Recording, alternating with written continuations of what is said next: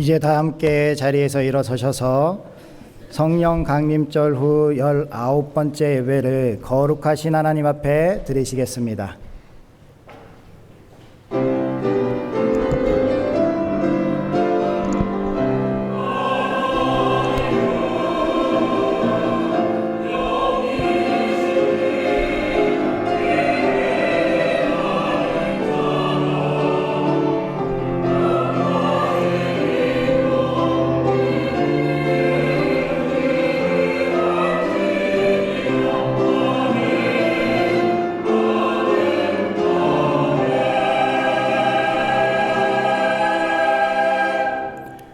이날은 여호와께서 정하신 것이라 이날에 우리가 즐거워하고 기뻐하리로다.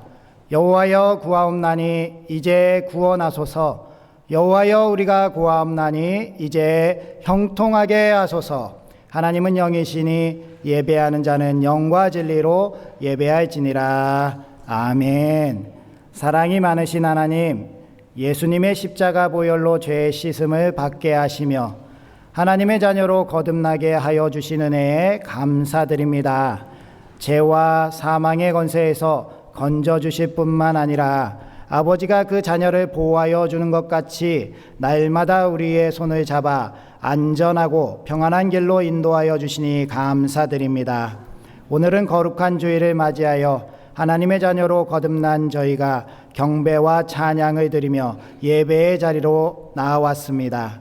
진심으로 드리는 기도에 응답하시며 사랑으로 묶어서 드리는 찬송과 예물도 기쁘게 받아 주옵소서. 예수님의 이름으로 기원하옵나이다. 아멘.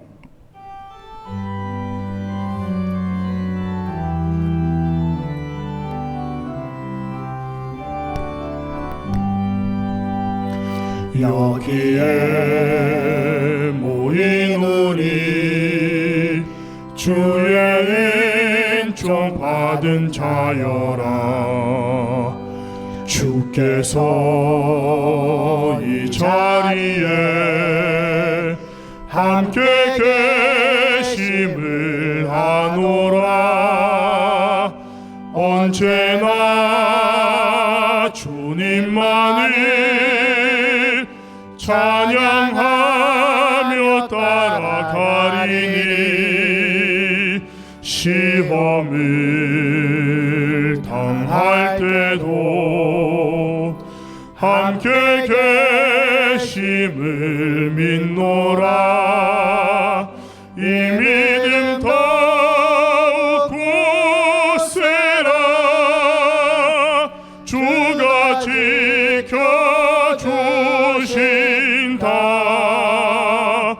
어두운 밤에도 주의 밝은 빛 인도하여 주신다.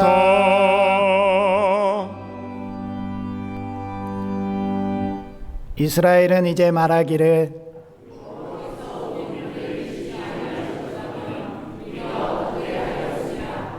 사람들이 우리를 치러 일어날 때에 여호와께서 우리 편에 계시지 아니하셨더라면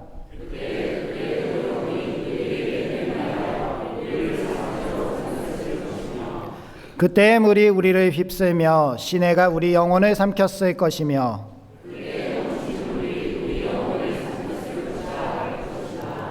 우리를 내주어 그들의 이에 씹히지 아니하게 하신 여호와를 찬송할지로다.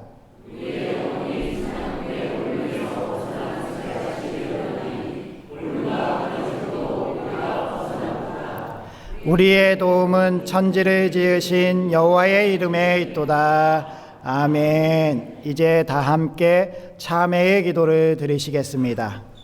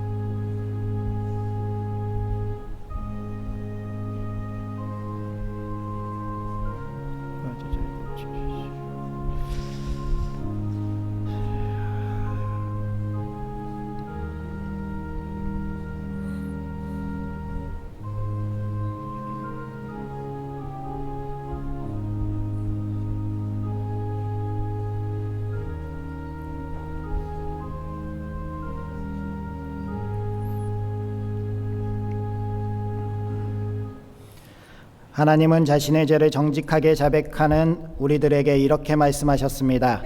악인은 그의 길을, 불의한 자는 그의 생각을 버리고 여호와께로 돌아오라. 그리하면 그가 긍휼히 여기시리라. 우리 하나님께로 돌아오라. 그가 너그럽게 용서하시리로다. 아멘. 이제 다 함께 사도신경으로 우리의 신앙을 고백합니다. 나는 전능하신 아버지 하나님, 천지의 창조주를 믿습니다. 나는 그의 유일하신 아들 우리 주 예수 그리스도를 믿습니다.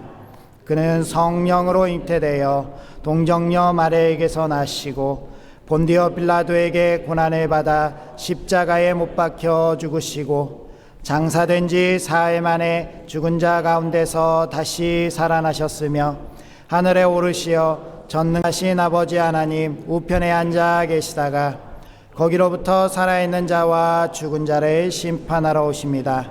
나는 성령을 믿으며 거룩한 공교회와 성도의 교제와 죄를 용서받는 것과 몸의 부활과 영생을 믿습니다. 아멘.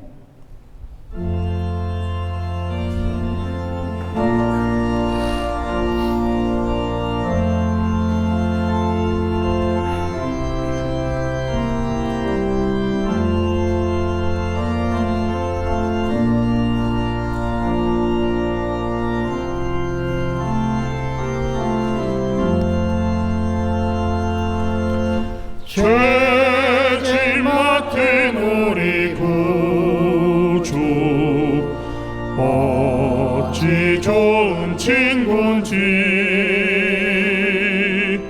걱정 근심 무거운 짐 우리 주께 맡기세 주께 구함 없는 고로 복을 받지 못하네 사람들이 어찌하여 아를 줄을 모를까 시험 걱정 모든 괴로움 없는 사람 누군가 부질없이 낙심 말고 기도드려 아뢰세 이런 진실하신 친구 찾아볼 수 있을까 우리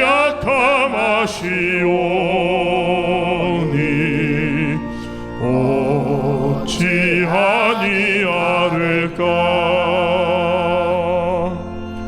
근심 걱정 무거운 짐 아니 진짜 누군가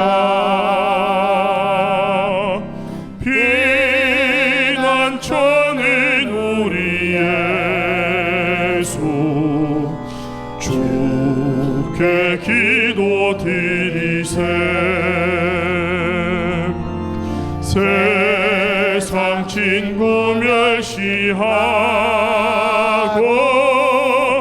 너를 조롱하여도 예수 품에 안기어서 참된 위로 받겠네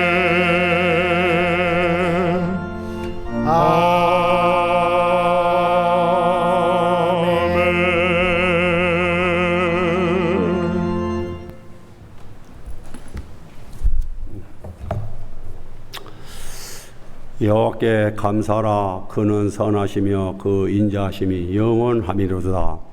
사랑과 은혜가 풍성하신 하느님 아버지, 사상 최악의 찜통 같은 더위는 물러가고 아침 저녁 선선함을 주어 9월 마지막 주일 예배를 드릴 수 있게 인도해 주신 하나님께 감사와 찬양을 올려드립니다.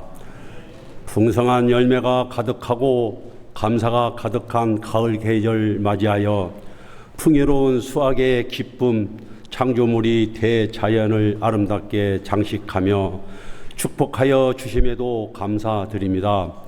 때를 따라 먹이시는 하나님, 이 시간 저희들을 세상의 모든 짐을 내려놓고 하나님 앞에 나왔습니다.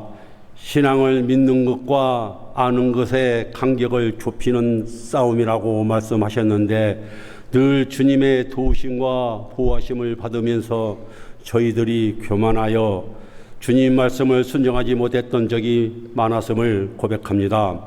물질과 세상 것들을 사랑하고 저희들의 허물과 죄악들을 고백하오니 긍휼히 여기시고 주님의 피 묻은 십자가의 보혈로 깨끗하게 용서하여 주시옵소서. 올 여름 유난히도 더웠던 날씨로 인하여 우리 믿음이 침체되어 게을러 있던 모습들을 보게 됩니다. 믿음이 열정이 식은 곳에 열기가 회복되게 하시며 기도의 능력을 잃었던 곳에 다시 은혜의 자리로 올 수 있도록 인도하여 주시옵소서. 주님께서 우리 교회를 사랑하시사 픽택자들에게 새로운 꿈과 비전을 주시고 주님 앞에 귀하게 쓰임받는 그릇이 되어 부천 상동교회를 변화시킬 수 있는 픽택자 모든 분들에게 믿음과 소망을 주시옵소서. 사랑의 하나님, 담임 목사님께서 가을맞이 가정 신방 가운데 있습니다. 한 가정 신방하실 때마다 흡족한 은혜를 말씀을 주시며 기도 제목들을 기억하시고 육신의 질병으로 힘든 성도들, 경제 환경으로 힘든 가정들, 원망하지 못한 인간관계로 힘들어하는 성도들을 하나님의 은혜로 모든 신겨운 고통들이 다 해결되어 기적과 표적이 일어나게 하여 하시고 은혜 받은 가정마다 놀라운 간증이 나올 수 있는 은혜를 허락하여 주시옵소서. 사랑이 많으신 하나님 아버지, 특별히 주님이 문된 교회를 부흥시키고자 노력하시는 담임 목사님께 영육간의 강건함을 주시며 양들을 먹이기에 기도로 말씀을 준비하신 목사님께서 인내라는 제목으로 갖고 말씀을 선포하실 때 하나님의 능력과 감동으로 우리 삶이 거듭나게 하시고 성령의 능력으로 붙들어 주시며 선포되는 말씀으로 우리의 영혼이 변화가 되고 숨겨져 있던 죄악과 잘못된 삶, 태도가 변화될 수 있는 복된 시간, 예배 시간 되게 하여 주시옵소서. 아름다운 목소리로 하느님께 찬양으로 영광 올려드리는 할렐루야 찬양대원들과 예배를 위해서 봉사하는 많은 손길들이 있습니다. 아무 빚도 없이 값도 없이 오직 하나님만을 위하여 수고하는 손길들을 기억하시고 이들의 수고가 땅에 떨어지지 않게 하시고 현신을 통하여 하나님의 놀라운 은총을 경험하게 하시며 영원토록 목마르지 않는 생명수를 주시는 예수 그리스도의 이름으로 기도드립니다. 아멘.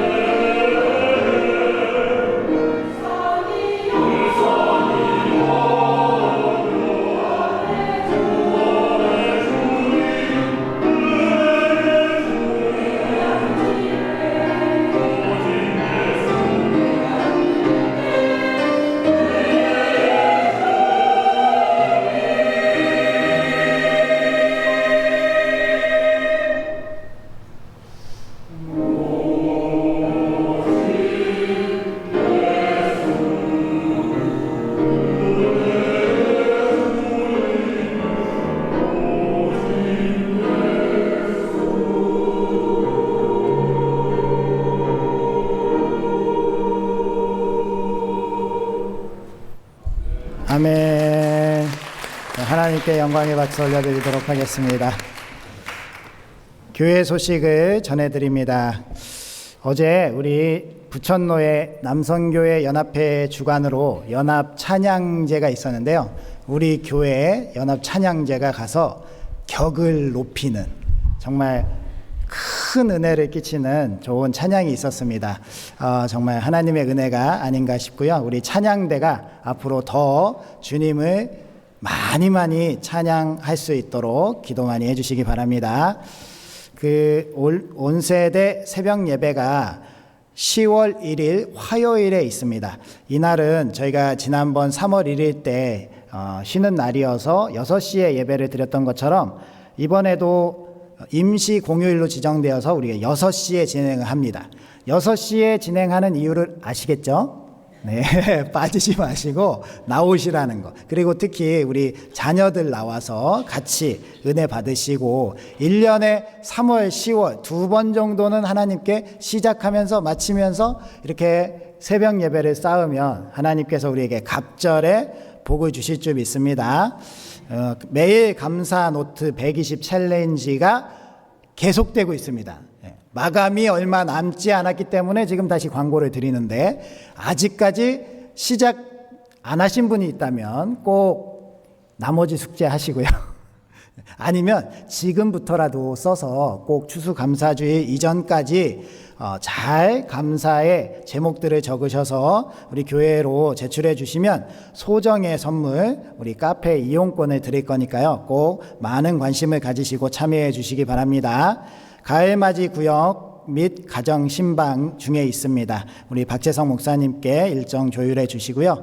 임시 공동의회가 인사에 관한 건으로 다음 주에 2부 예배 후에 있고요. 그 임시 공동의회 다음에 재직회를 바로 이어서 진행하도록 하겠습니다. 영어 성경 암송 대회가 오늘 오후 12시 30분에 아동부실에서 있습니다. 많이 관심 가져주시고 이 아이들이 열심히 준비한 것을 잘 바라봐 주시고 격려해 주시기 바랍니다. 청년부 MT 10월 3일부터 4일까지 천안 풍경채 펜션에서 있고요. 아론을 중보기도 전도대 그리고 전도대가 계속되고 있습니다. 나라와 교회를 위한 릴레이 중보기도도 계속되고 있으니 참고해 주시기 바라고요. 우리 글로리아 찬양대 지휘가 안혜진 목사님 사임하시면서 공석이 되셨는데 우리 윤서원 집사님께서 지휘를 담당해 주시기로 하셨습니다. 다른 광고는 주보를 참조해 주시고요. 오늘 우리에게 주시는 하나님의 말씀은 야고보서 5장 7절부터 12절까지 말씀입니다.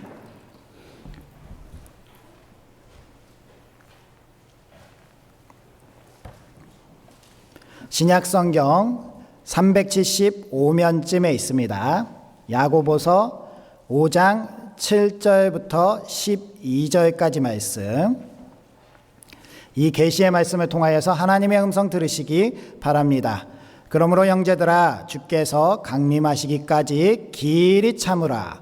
보라 농부가 땅에서 나는 귀한 열매를 바라고 길이 참아 이른 비와 늦은 비를 기다리나니 너희도 길이 참고 마음을 굳건하게 하라. 주의 강림이 가까우니라. 형제들아 서로 원망하지 말라. 그리하여야 심판을 면하리라. 보라 심판주가 문 밖에서 계시니라. 형제들아 주의 이름으로 말한 선지자들을 고난과 오래 참음의 본으로 삼으라. 보라 인내하는 자를 우리가 복되다 하나니 너희가 욥의 인내를 들었고 주께서 주신 결말을 보았거니와 주는 가장자비하시고 긍휼히 여기시는 이시니라. 내 형제들아 무엇보다도 맹세하지 말지니 하늘로나 땅으로나 아무 다른 것으로도 맹세하지 말고 오직 너희가 그렇다고 생각하는 것은 그렇다 하고 아니라고 생각하는 것은 아니라 하여 정죄받음을 면하라. 아멘. 우리 앞뒤 자분들 인사하겠습니다. 하나님께서 함께 하시길 원합니다. 하나님께서 복 주시길 원합니다.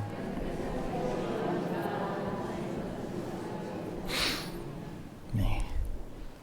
오늘은 야고보서의 말씀을 잠깐 살펴보려고 합니다. 우리가 봉독하진 않았지만 야고보서 5장 1절에서 6절까지 말씀은 부한 자들을 향해서 선포하시는 심판이 예고되어 있습니다. 이 부한자들이 부당하게 약한 자들을 착취하고 괴롭히는 일들, 선을 행하지 아니하고 허락된 자신의 것들을 사치하며 낭비하는 이들, 이런 이들에게 심판이 예고되었다라는 겁니다. 그리고 나서 7절부터 12절까지 말씀에 형제들아 라고 부르시면서 권면을 주시는데, 이 권면의 말씀을 요약하자면 길이 참으라 라는 단어로 요약할 수 있다라는 겁니다. 길이 참으라, 마크로 디메오라는 이 단어는요, 마크로스라는 단어와 디메온이라는 단어의 합성어입니다. 마크로스는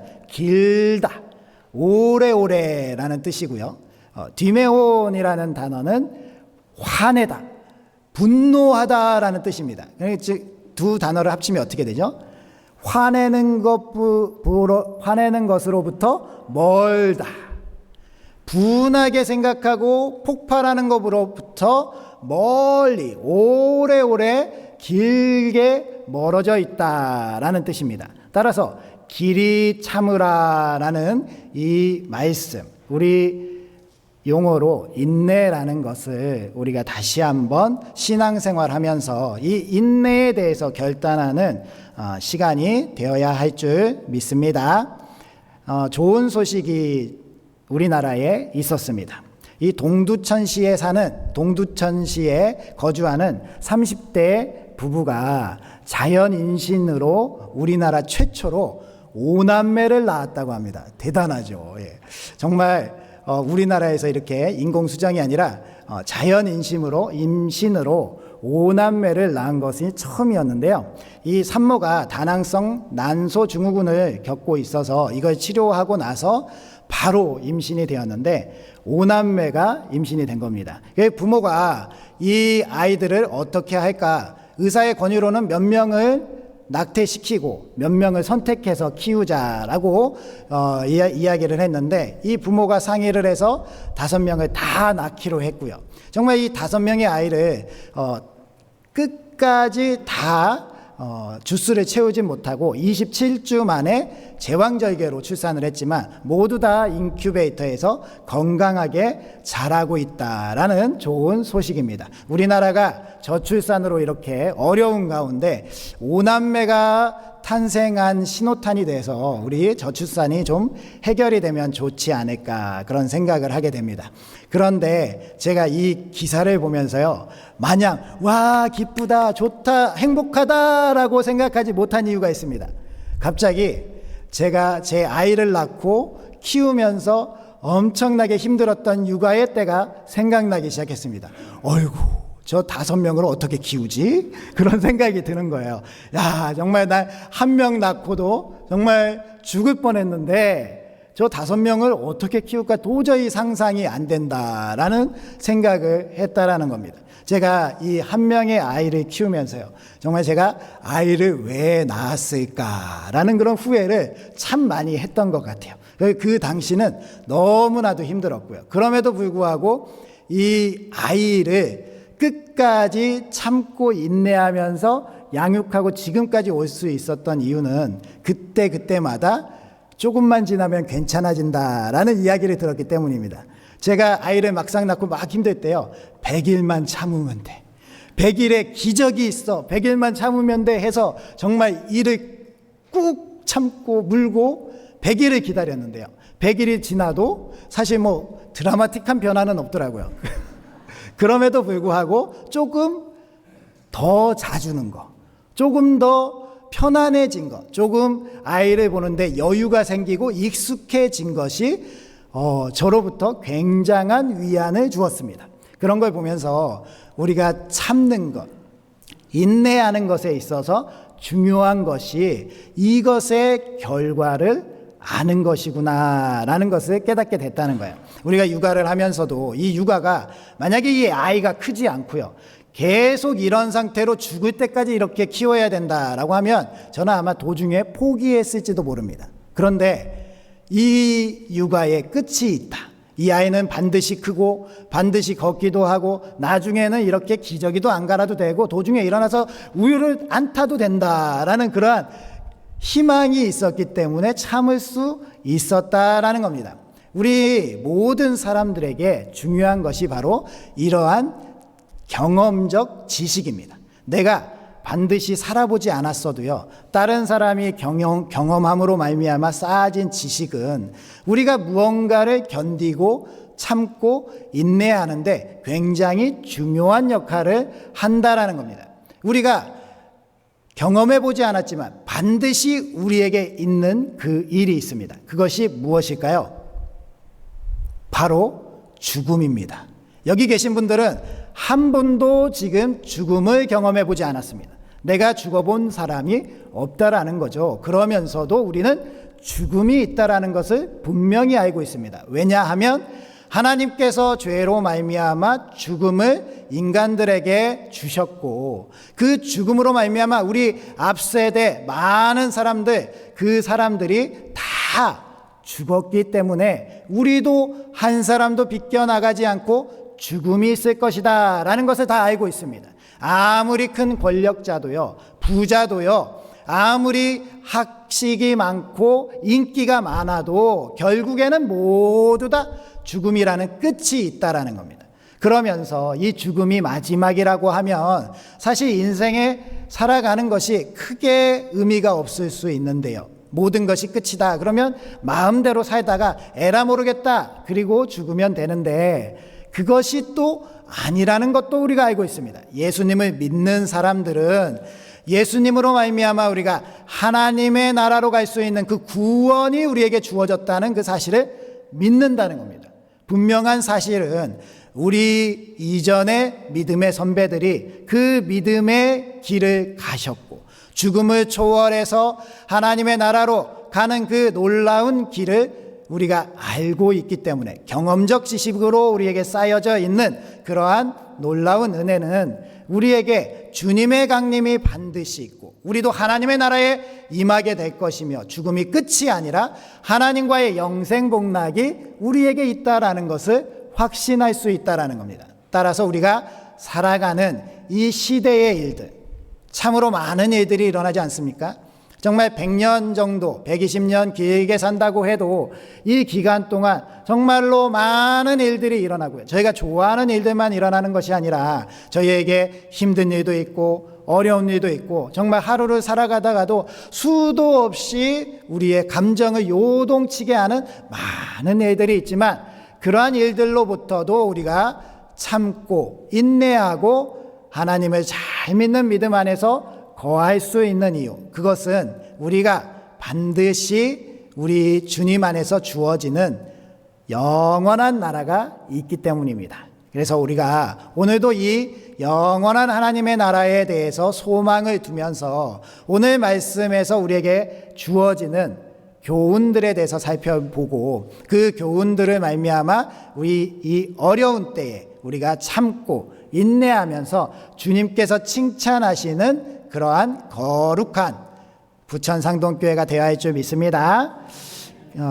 사도행전 1장 10절에서 11절 말씀에 보면 예수님께서 올라가실 때 제자들이 그 광경을 보고 있던 것처럼 그 모습 그대로 주님께서 오신다라는 약속의 말씀이 주어져 있다는 것을 우리가 알 수 있습니다. 이 말씀 그대로 하늘로 올려지신 이 예수는 하늘로 가심을 본 그대로 오시리라라는 그 말씀을 우리가 잘 알고 있기 때문에 우리는 반드시 주님의 강림이 우리에게 올 줄 믿습니다. 이 강림을, 주님의 강림을 인내로서 잘 기다리시는 우리가 되시기 바랍니다. 그러기 위해서 첫 번째로요, 형제를 원망하고자 하는 마음을 인내해야 됩니다. 우리가 무엇을 인내해야 하느냐?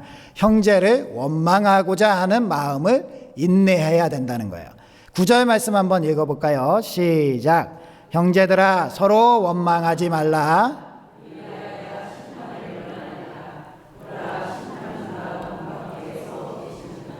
아멘. 제가 며칠 전에 비가 잔뜩 내리는데 주일날 예배당에 오려고 하다 보니 양복이 젖을까봐 우비를 입고 버스를 탄 적이 있었습니다. 그런데요, 그 버스를 기다리는데 택시가 지나가면서 그 배수로에 있는 물을 쫙 제 몸에 물이 확 그러면서 야, 이거를 화를 낼 수도 없고 안 낼 수도 없고 어떻게 해야 될까 그런 생각을 하면서 옷이 안 젖으려고 했는데 오히려 옷이 젖는 것을 보면서 그냥 걸어갈 걸 그랬다라는 생각을 했던 적이 있었습니다. 정말 우리가 무슨 일을 당했을 때 누군가를 원망하지 않고요, 누군가를 미워하지 않고 누군가에게 그 화를 쏟아내지 않는 것은 굉장히 어려운 일입니다. 그럼에도 불구하고 우리가 잠깐 생각해서 왜 이런 일이 일어났을까? 나에게 무슨 이 일에 대한 잘못은 없을까라고 생각해 보면 그래도 그나마 이해할 수 있는 부분이 생긴다는 겁니다. 그러면 우리가 그 한번 참음으로 말미암아 원망하지 않게 되고요, 미워하지 않게 되고, 그리고 이 참음으로 말미암아 우리가 하나님의 영광을 가리지 않을 수 있다라는 겁니다. 이 세상을 주님이 오시기까지 지배하고 있는 사탄 마귀가 가장 싫어하는 존재들이 있습니다. 그 싫어하는 존재들이 바로 우리 교회 공동체죠. 우리 교회를 무너뜨리고 교회가 갈등 가운데 있게 하고 교회가 서로 원망하게 하고자 하는 그 존재가 바로 사탄이라는 거예요. 그래서 따라서 우리는 무슨 일이 있을 때 내가 누군가에 대해서 원망하고 싶은 마음, 누군가를 미워하고 싶은 마음, 누군가가 잘못됐다라는 그러한 마음이 생길 때 그 마음의 원인은 그 잘못을 한 그 사람이 아니고 내 마음을 격동케 하는, 그리고 이 사람이 내게 거리끼게 하는 사탄이 뒤에 있다라는 것을 생각을 하면서 절대로 형제간에 교회 안에서 서로 미워하고 원망하는 그 일을 해서는 안 된다는 겁니다. 우리가 주 예수 그리스도 안에서 참 형제요 자매가 되었다는 사실을 기억하면서 우리가 서로 원망하는 마음을 내어놓지 않는 그러한 성숙한 믿음으로 나아가야 된다는 겁니다. 특별히 오늘 말씀에 보면 심판주가 문 밖에 서 계신다라는 그러한 말씀으로 소개를 하고 있다는 거예요. 문 밖에 주님이 서 계시고요, 이 문을 열면 주님을 만날 텐데 이 문 밖에 서 계시는 주님이 나의 원망하는 소리와 나의 분노 화냄의 소리를 듣고 계실 텐데 우리가 서로 원망하고 싸우고 갈등을 일으킨다는 것은 굉장히 큰 문제가 된다는 것을 깨닫게 된다는 겁니다. 따라서 우리는 우리 안에서 서로 교회 안에 사랑하고 이해하고 용서하고 받아주는 그러한 사이가 되어야 할 줄 믿습니다. 예전에 한 금식 기도원에서 금식 기도를 하고 있었습니다. 그 기도를 하면서 매 시간마다 이렇게 예배가 이어지는데요, 그 예배 기간 중에 한 분이 좋은 자리에 이불을 깔고 그곳에서 주무시기도 하고 그곳에서 기도도 하시기도 하며 그 자리를 선점하고 계셨습니다. 그런데 어느 분이 그 모습이 보기 좋지 않았는지요, 그 분이 화장실에 갔는지 잠깐 나간 사이에 이불을 확 걷어버리고 나가버렸습니다. 그리고 나서 걷어진 자리에 다른 사람이 그것도 모르고 와서 앉았습니다. 그랬더니 이 이불의 주인 그분이 들어오셔가지고 다짜고짜 이불을 이렇게 헤치고 앉은 영문을 모르는 그분에게 쌍욕을 하시면서 머리끄댕이를 잡고 싸우기 시작했습니다. 이분은 갑작스러운 공격에 같이 잡고 싸우는데 정말 은혜 받자고 온 기도원에서, 그 기도원에서 두 분이 그렇게 싸우시고 교회 그 기도원 관계자분들이 오셔가지고 말리고 그 모든 일들을 사람들이 지켜보면서 참 은혜가 떨어지는, 정말 그 싸움의 모습이 계속 생각해서 저도 말씀에 집중할 수 없고 기도에 집중이 안 되는 그러한 때가 있었다라는 겁니다. 우리가 교회 안에서요, 서로 많은 사람이 모여서 이렇게 신앙생활 하는데 모두가 내 입맛에 맞고 나와 생각이 같고 나와 똑같은 그러한 생각을 가지고 있다라고 생각하신다면 그 생각은 잘못되었습니다.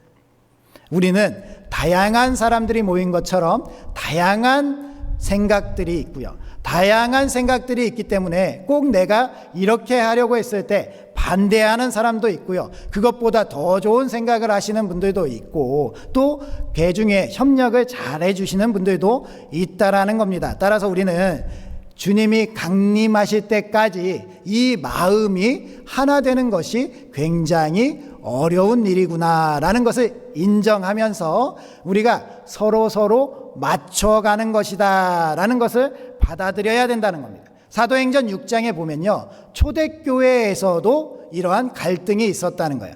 헬라파 유대인들과 히브리파 유대인들 사이에 갈등이 있었다는 겁니다. 초대교회 너무나도 은혜가 넘치고 예수님께서 성령의 충만함을 부어주셔서 정말 큰 사랑이 넘치는 그런 교회였는데도 불구하고 이들 사이에도요, 히브리파 유대인들이 헬라파 유대인들의 그 과부들이 그 구제의 자리에 빠지는 일들을 알면서도 그냥 강행하게 되고요. 그래서 헬라파 유대인들이 원망하게 되었다는 겁니다. 이들을 원망하고 이들을 미워하고 교회 안에서 갈등이 되었기 때문에 문제가 발생했다는 거예요. 따라서 이 문제를 해결하기 위해서 그러면 하나님께서는 사도들에게 어떠한 방법을 주셨느냐.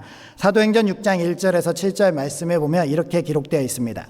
그때의 제자가 더 많아졌는데 헬라파 유대인들이 자기의 과부들이 매일의 구제에 빠짐으로 히브리파 사람을 원망하니 12 사도가 모든 제자를 불러 이르되 우리가 하나님의 말씀을 제쳐놓고 접대를 일삼는 것이 마땅하지 아니하니 형제들아 너희 가운데서 성령과 지혜가 충만하여 칭찬받는 사람 7을 택하라. 우리가 그 일을 그들에게 맡기고 우리는 오로지 기도하는 일과 말씀 사역에 힘쓰리라.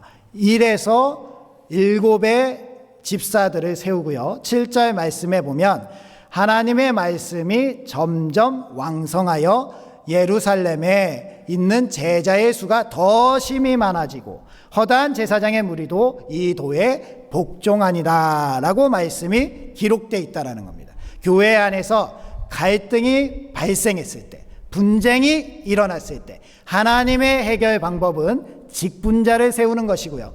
그 직분자들을 통하여서 이 모든 갈등이 해결되었을 때 7절의 말씀처럼 많은 사람들이 하나님의 말씀, 예수 그리스도의 말씀이 왕성해지고 제자의 수가 점점 많아지고 정말 하나님의 교회를 가득 채우는 놀라운 은혜가 있었다라는 것을 우리가 보게 됩니다. 따라서 우리 부천상동교회가 지금 어떻게 행하여야 될지, 우리 부천상동교회가 지금 나아가야 될 방향이 무엇인지에 대해서 명확해진다는 겁니다. 우리가 우리 교회 안에서 직분자들을 바로 세워서 화해의 조정자로 세우고 우리 교회가 한마음 한뜻으로 서로 원망하지 아니하고 모두가 한마음이 되면 예수 그리스도의 말씀이 우리 가운데 왕성하게 역사하게 되고요. 그리고 이 역사됨을 통하여서 많은 주위의 지역사회 사람들이 이 자리로 몰려오게 된다는 겁니다.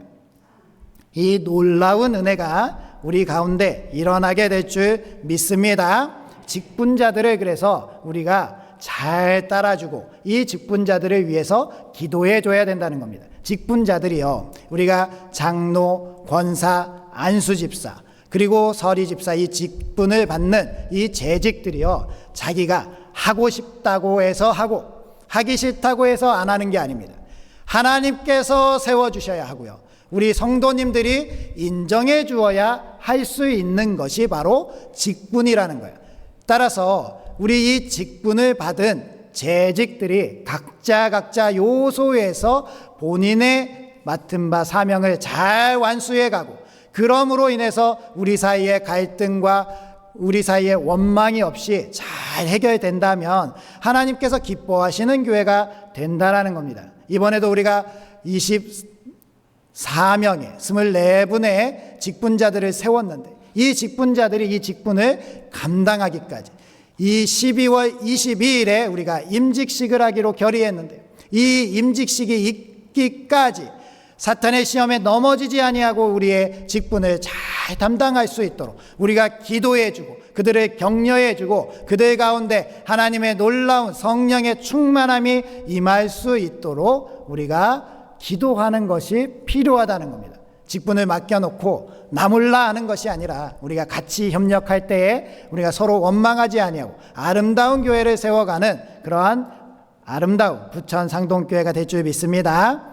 다음으로 주의 이름을 전할 때 인내가 필요하다는 거예요. 주의 이름을 전할 때 인내가 필요합니다. 10절 말씀도 읽어볼까요? 시작. 형제들아, 주의 이름으로 말한 선지자들의 고난과 오래 참음의 본으로 삼으라. 선지자들을 고난과 오래 참음의 본을 삼으라 라는 말씀입니다. 이 말씀은 야고보서가 전달될 때 당시에 그 성도들에게 큰 위로가 되는 말씀이었습니다. 당시에는 굉장한 박해와 핍박이 있었고요. 그러한 박해와 핍박 속에서 하나님의 말씀을 잘 믿고 하나님의 말씀을 그래도 전하면서 살아가는 그 성도들이 많았다는 겁니다. 내가 핍박과 고난을 받아도 하나님의 말씀을 잘 전하는 그러한 일이 있었다라는 것을 우리는 잘 알고 있습니다. 그 열매가 지금 우리가 이 시대에 예수님을 잘 믿고 있는 거죠. 우리가 성경을 통해서 알고 있는 것처럼 선지자들이 예수님의 그 귀한 은혜로 하나님의 말씀을 맡아서 하나님의 말씀을 선포할 때에 사람들에게 환영을 받았다라는 것이 극히 드문 일임을 우리가 잘 알고 있습니다. 선지자들은요, 하나님의 말씀을 받아서 이 백성들 가운데 서서 선포할 때에 백성들이 잘 믿어주지 않아서, 백성들이 잘 따라주지 않아서 고난 속에 있었던 때가 많았다는 겁니다. 우리가 잘 알고 있는 것처럼 예레미야 선지자도요, 그 이스라엘의 마지막 때에 이 나라가 멸망할 것임을 선포하면서 하나님께로 돌아와야 된다라는 것을 말씀할 때에 그 백성들이 그 예레미야를 핍박하기 때문에 붙여진 별명이 바로 눈물의 선지자라는 겁니다. 이 눈물의 선지자라는 예레미야는 정말 이 어려움을 참으면서도 끝까지 하나님의 말씀을 전하였습니다. 예레미야 20장 9절 말씀, 내가 다시는 여호와를 선포하지 아니하며 그의 이름으로 말하지 아니하리라 하면 나의 마음이 불붙는 것 같아서 골수에 사무치니 답답하여 견딜 수 없나이다. 예레미야가 왜 이렇게 고백했습니까? 정말 참을 수 없는, 견디기 힘든 고난이 자신에게 있었기 때문에, 그래서 예레미야는 정말 하나님의 말씀을 전하는 일이 이렇게 어렵습니다 라고 하면서도 그럼에도 불구하고 계속적으로 하나님의 말씀을 증거했다라는 것입니다. 우리는 오늘날 살아가는 시대 가운데 이 세상으로부터 종교의 자유를 허락받았습니다. 이 말씀을 밖에 나가서 선포하는데 어떠한 제재도 받지 않습니다. 사실 법적으로 문제가 되진 않지만 이렇게 핍박이 없고 고난이 없는 시대를 살아간다고 해서, 그렇다고 해서 복음을 전하는 것이 그리 쉬운 일은 아니라는 겁니다. 사탄 마귀가 사람들의 마음에 들어가서 그들의 마음을 조정하고요, 우리가 말씀을 전할 때에 엄청난 냉대와 엄청난 차가운 눈길, 그리고 우리를 하대하는, 그리고 우리를 막대하는 그러한 사람들을 만나게 된다는 겁니다. 정말 안타까운 일들인데 그들을 살리기 위해서 우리가 나아가는데 그들은 우리를 멸시한다는 겁니다. 제가 한 번은 신축 아파트에 입주 전도를 간 적이 있었습니다. 몇 집이 입주를 안 한 상태였어도 그래도 가서 쭉 올라가서 위에서부터 전도지를 문 앞에 다 붙이고, 그 중에 또 입주한 가정이 있으면 배를 눌러서 만나서 선물도 주면서 전도를 하는, 그러한 전도를 하고 밑에 딱 내려왔는데요, 경비 분이 허리에 손을 얹고 불같이 화를 내면서 저희를 불렀습니다. 그러면서 막 뭐라고 하시면서 왜 이런 일을 하느냐, 자기가 일 때문에 일자리를 잃게 되면 저희들이 책임질 수 있느냐라는 그런 이야기를 하면서 빨리 올라가서 붙인 거 다 떼갖고 내려와라. 그렇게 이야기를 했습니다. 그 이야기를 할 때 그 경비분과 싸울 수도 있죠. 그분이 화내시는 거에 왜 이렇게 화를 내십니까? 대들 수도 있었습니다. 그러나 우리 전도팀들 한 명도 대들지 않고요. 네, 알겠습니다. 화를 푸세요 라고 말씀을 드리고 위에서부터 다 걷어오고요. 다음에 또 전도하면 됩니다 라고 그렇게 이야기하고 나왔습니다. 우리가 전도를 할 때 이렇게 방해하는 일들이 일어나는 겁니다. 우리 부천상동교회 전도에 참 열심인 교회라고 지역사회에 소문이 많이 나 있습니다. 지난 주 중에도요, 저희가 이렇게 교직원들이 식사를 하러 이 송내역 주변으로 걸어가는데 우리 교회 성도님이 그 가운데 전도를 열심히 하고 있는 모습을 보았습니다. 비가 오나 눈이 오나 그리고 어려움이 있으나 멈추지 아니하고 전도를 하고 있다는 겁니다. 한 권사님은요, 차량이 신호에 멈춰서 있으면 그 차량을 향해서 달려가서 창문 좀 열어보라고 해서 창문을 쭉 내리면 전도지를 주시고 이렇게 오시는 분도 계십니다. 그분들이 우리들보다 태생적으로 얼굴이 두꺼워서 그렇게 하는 게 아닙니다. 그분들이 그렇게 할 수 있는 것은 하나님께서 주신 은혜가 너무 크기에 이 전도를 할 때 일어나는 많은 일들로부터 인내하고 참을 수 있는 용기가 있다라는 겁니다. 내가 전도할 때 누군가 나에게 차가운 소리를 하지 않을까, 누군가 나를 이상하게 생각하지 않을까라는 그러한 마음에 주저하지 마시고요. 내 안에 계신 성령님께서 기뻐하시는 그 전도의 일을 행할 수 있는 그러한 우리 부천상동교회가 되시기 바랍니다. 그러하면 우리 주님께서 이 자리를 가득 채워주실 줄 믿습니다. 마지막으로 혀의 사용을 인내할 줄 알아야 합니다. 12절 말씀을 읽어보겠습니다. 시작.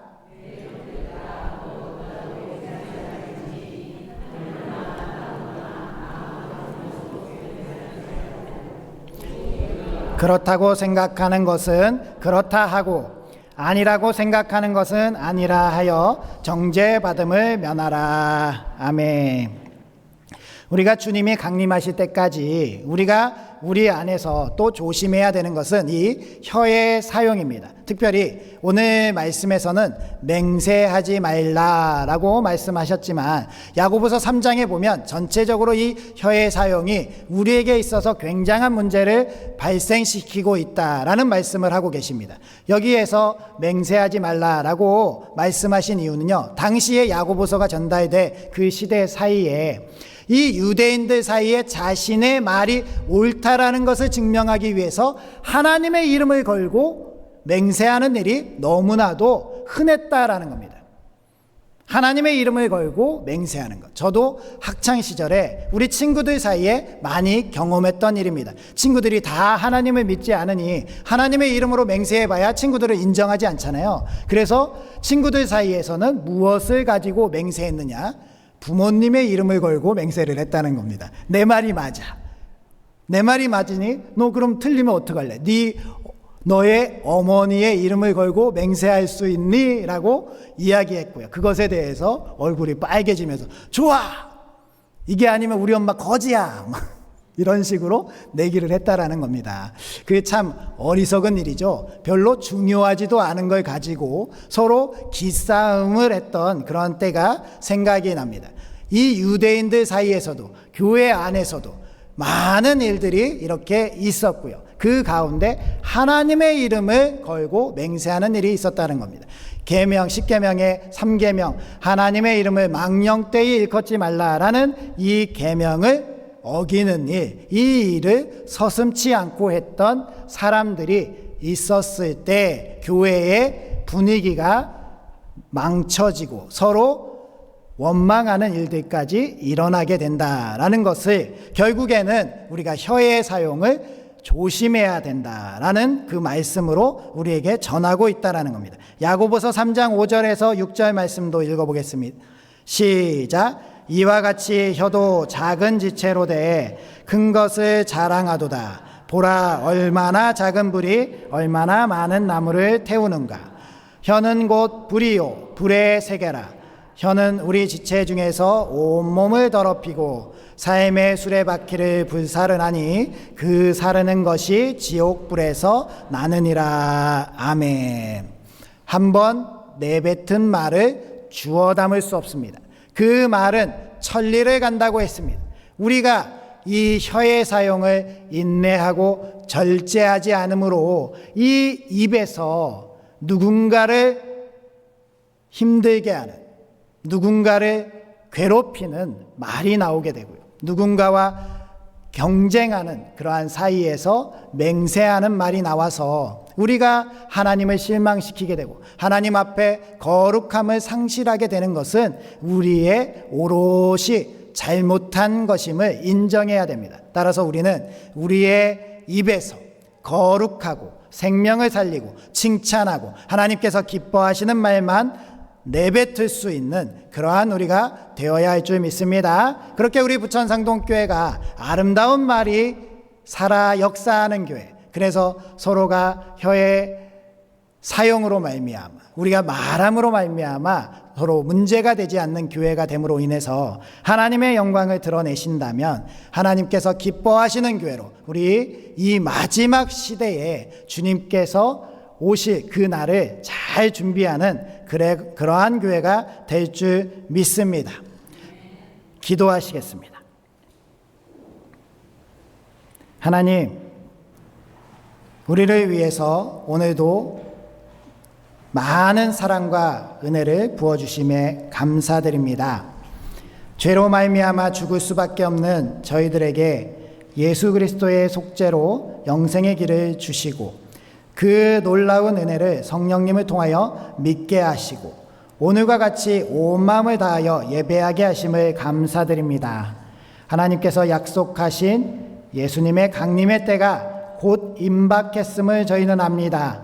저희들이 깨어서 하나님의 말씀에 합당한 삶으로 마지막 때를 준비하게 하시고 교회 안에서 형제간에 서로 원망하는 일이 없고 서로 화해하고 서로 조정하며 교회 안에서 아름다운 사랑을 피워가게 하여 주시옵소서.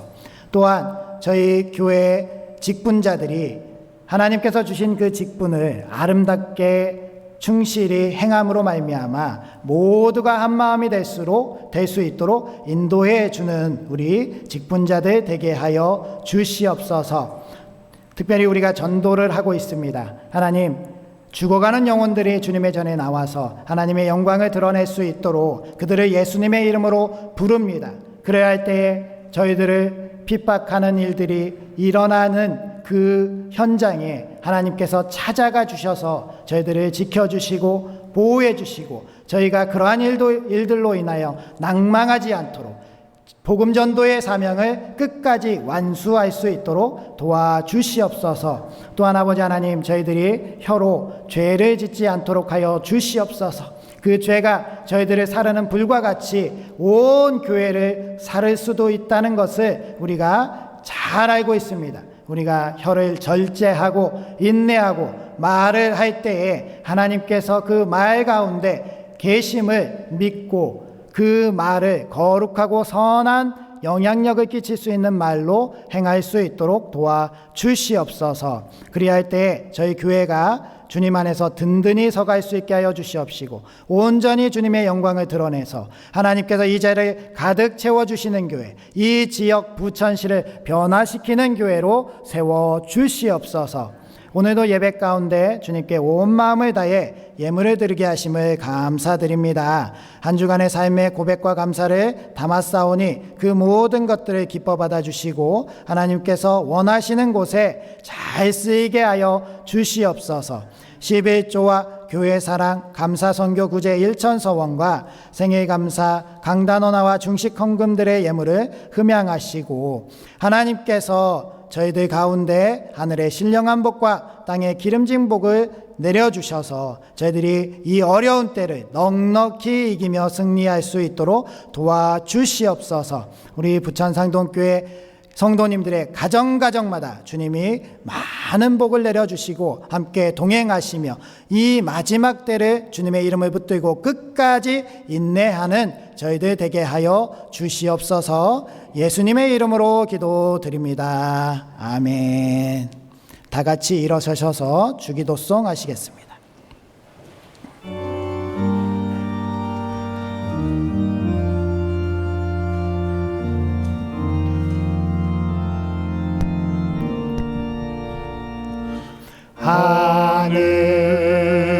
하늘에 계신 아버지 이름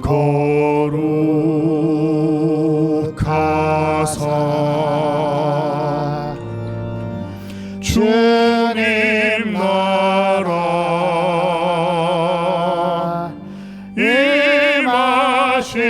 임하시고 뜻이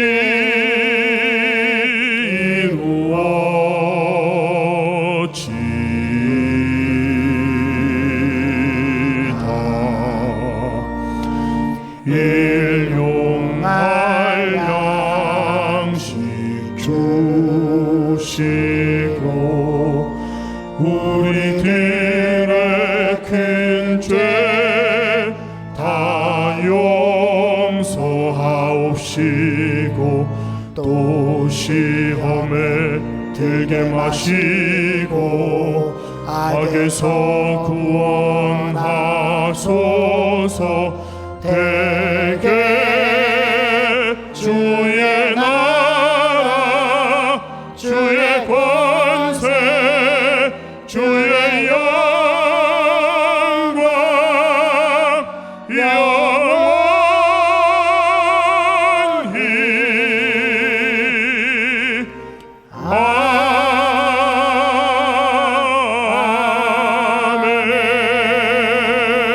아멘.